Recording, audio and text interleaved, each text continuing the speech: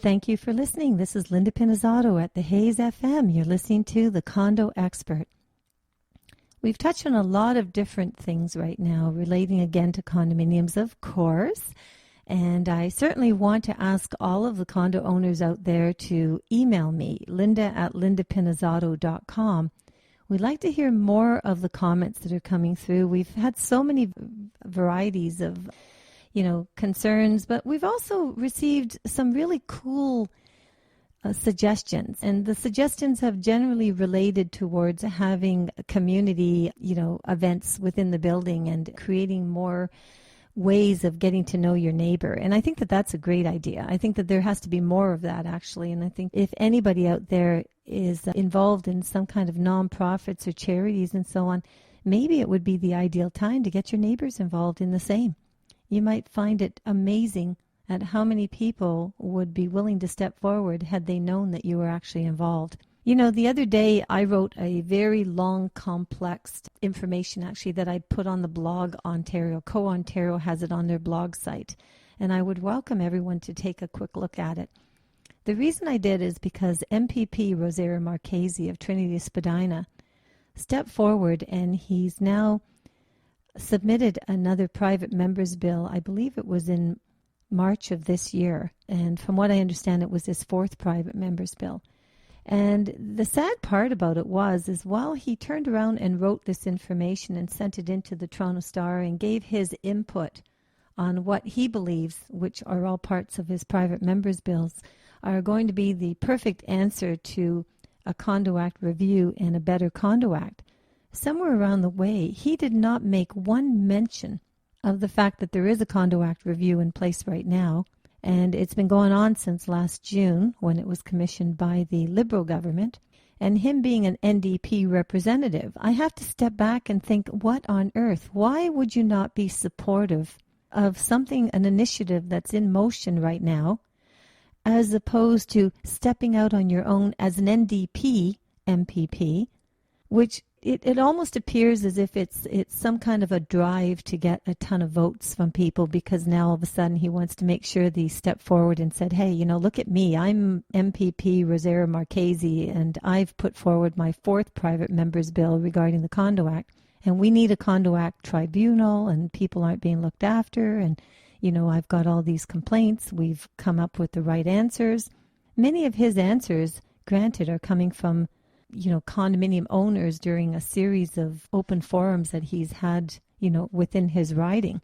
And granted, his riding has well over 70,000 condominium owners, which is actually the entertainment district, or Trinity Spadina, a combination of like Ward 19 and Ward 20 in downtown Toronto. But the question that I've got to ask is, as the MPP for this neighborhood, what exactly has he done to help condominium owners when they can't as much as get on the Gardner at 4 o'clock in the afternoon because the entire area is so congested with traffic and the substantial amount of condominiums that are being built? And he's been advocating changes to the Condo Act, which has already been on the table since June of 2012. And it seems extremely counterproductive to use his times to step into the limelight and do exactly what? So I have to say that I find it somewhat insulting to all of the people that are involved in the Condo Act review. And certainly it's insulting to the ministry and the present government that we have.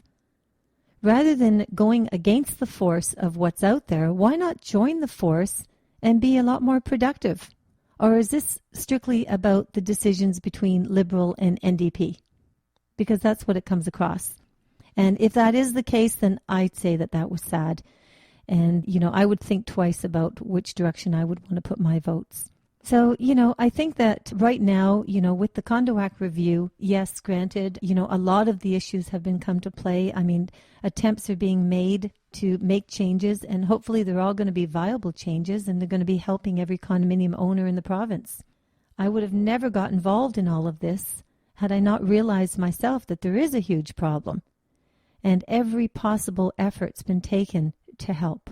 So if there's one thing that I would like to shoot out to all the condo owners out there, and if you're not a condo owner and you are listening, please tell your friends, take a moment, support the Condo Owners Association, register, help COA have that strength of a voice and representation within the province so that your rights are going to be addressed and that these problems that are out there are going to be addressed and a viable solution is going to be put out, and the new legislation regarding the Condo Act is going to be a positive approach for all the condominium owners across the province. You can't always depend on 30 or 40 or 60 or 80 or even 100 people in the audience. There's been a collaborative approach going on, like I said, since June of 2012. There's been a private residence panel that's brought their comments forward. A lot of work has been done, and there's going to be more work needed. And will we have all the answers immediately? I hope so, but it is a complicated issue. There's no two ways about it. So thank you so much to listening to the show. It's The Condo Expert. This is Linda Pinizzotto. Love to hear from you. Linda@lindapinizzotto.com. Hoping that we have a busy, active real estate market.